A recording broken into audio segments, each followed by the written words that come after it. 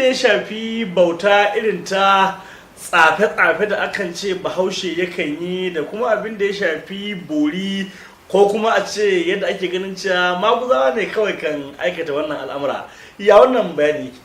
To shi bori ana iya ce masa gyare ne tsohon nama, domin kafin zuwa musulunci bahaushe bai da abin da ya bauta wa bori.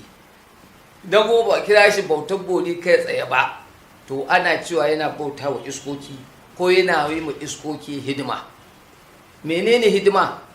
Ga wani abu da zai yi don wata aljana iri kaza ko wani aljani iri kaza ya mai ɗawainiya don biya masa bukata ko ya kare shi daga cutarwa. So wannan yana cikin nau'in mu'amala ko hulɗa da aka yi da iskoki. Duk abin da ya kasance an bauta wa iska ya zama bori, ko an zo an yi borin fage ko ba a yi ba ya zama bori, domin an yi mu'amala da iska. Zuwa musulunci ne ya zo da ya katsa wannan abu, ya ce to bauta ma iskoki an fita daga musulunci bai da shi ba, Allah ya hana. To sai aka canza ma abun ya koma ko dai zama borin fage wanda za a zo a yi raye-raye ko don za a yi biki ko don a burge wani sarki don zai zo, ko kuma a yi don hasashen yanayi ko na shekara. Yadda wannan tsare-tsare sukan zo da kuma irin bukukuwa na al'ada na bahaushe da ma kuma yadda ya ɗauki bori a matsayin hanya ta neman magani ko hanya ta neman tsira ko hanya ta bauta, ya wannan al'amari yake misali dakta? To ana ɗaukar bori kamar yadda na faɗa da farko ya zama na kariya. Ana iya ɗaukar bori a yi shi don biyan bukata. Ana iya yin bori don maganin ciwon da ya samu mutum. Kaga farko akan yi girka ga wanda ya gamu da iskoki suka rikita shi. Sannan akan yi cire inuwa, domin cire inuwa ya saba daga girka. Cire inuwa? Cire inuwa na nufin idan 'yan bori suka yi surkullansu suka kasa gane ciwon da ke jikin mara lafiya, bokaye suka kasa gane ciwon da jikin mara lafiya, sai a koma wata kwana sai a makale sai a ce ai wani kakansa na 4 ko na 5 kurwarsa ce ke bin sa, saboda haka wannan kurwa sai an yi hidimomi da za a raba shi da mara lafiya da wannan kurwar kakansa. Dokta, akwai bambancin kurwa da tsafi ne da ko ruhi ko wani abu micece kurwa ma tukuna? To ai duk abin da ake nufi kamar da na shedan yana da wakilansa, kamar yadda ya rayuwa yanzu take kowane kamfani da mu'amalarsa haka, to haka su ma suke kowane shedani da abin da yake umarni ko yake jagoranci a yi. Dalili da na ce maka wannan shine idan ka zo wurin dan bori, idan lokacin girka ne, a shi sa ko a wajen takensu in an buga garaya, taken mai barhaza daban, taken gwari daban, taken maye daban, malam alhaji daban, dogari daban, dukkan waɗannan da kaji an lissafa su ɗan galadima. Kamar yadda tufafinsu ma ya bambanta, to haka ayyukansu ya bambanta.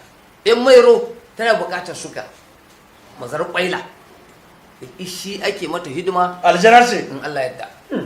Sannan danko akwai masu aje mata kwado ko su kama kyankyaso su sa mata. Sannan bafulata na da ake cewa barhaza, ta kuma ana aje mata farin zani ne irin na fulani mu da kare. Sannan ana aje ƙwariyar nono da faifai da tardi. Sannan kuma ana lakuta man shanu a ƙofar ɗakin mai mu'amala da ita. Mai na kada ana aje tukurwa ko karan dawa wanda idan ta tashi, idan aljanna ta tashi mai hawa bori, shi za ta hau ta canza baki tana rawa tana kewaye ɗaki.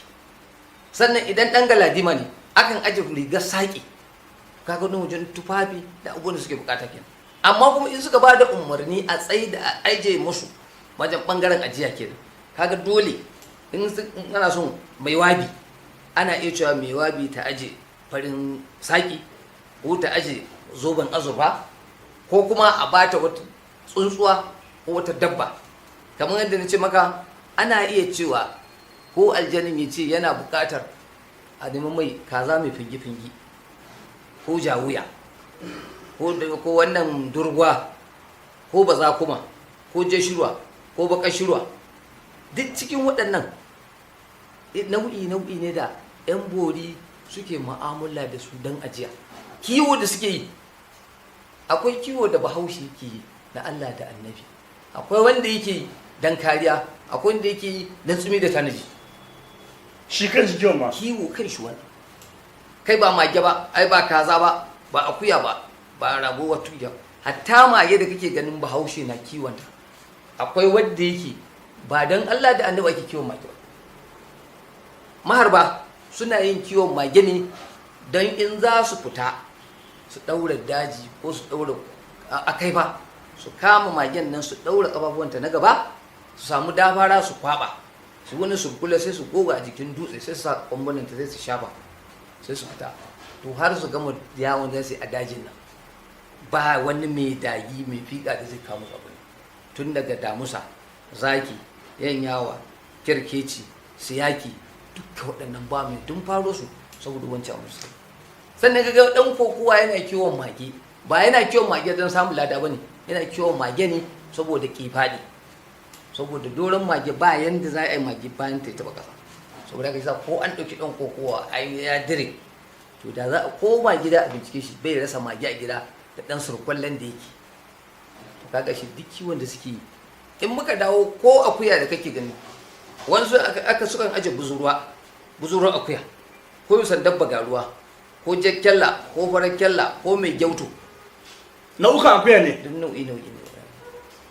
Idan aka ce maka duk waɗannan ana aje su ne don me? Ko bunsuru mai ciko. Dalili shine ko yanka da kake ganin ana yi, ai ba duka yanka ake yi don Allah ba. Yanka wannan yankan da kake gani, in ban manta ba, akwai wani mai cire maita ana kiran shi Sule Butu, mutumin jihar Niger ne. A shekarar ina yin karatu na digiri na 3, na haɗu da kasar ɗin shi. Idan ya zo yana so ya gane mai ciwon maita ko mai ɗabi'an maita, zai jiƙa wani gari a ƙwariya, shi zai fara sha, sun yi rarraba mutane masu 'yan kallon fage. To matuƙar da mai maita a wurin zai gigice ya galabaita, to a nan sai a nemi izinin ciwon mutum, sai an cire mai. Kuma ba za a cire mai maitan nan ba sai an je kan dutse, saboda nan matattara iblisai ne. Dutse? In Allah ya da. Inda tsauni yake aljinu na, da inda wannan shuri yake aljinu na, da inda kwata take aljinu na, tsohuwar rija aljinu na. Saboda haka dole za a je kan dutse, to shi kuma an yanka, za a kama akuya ko bunsuru mai wannan nau'o'in nan za a duba, sannan a yanka jinin nan ya gangaro cikin dutsen nan, sannan rika tarba, sai an aske kan mace gaba daya ko kan shi mai maitar, sannan a mai wanka da jini. Kuma duk ba wannan shakkenci ko wannan al'adar sai cikin dare, saboda dare rigan mugu, shi kuma daman yin shaidani ya fi mu'amala da daddare. Kajin da tsari ke.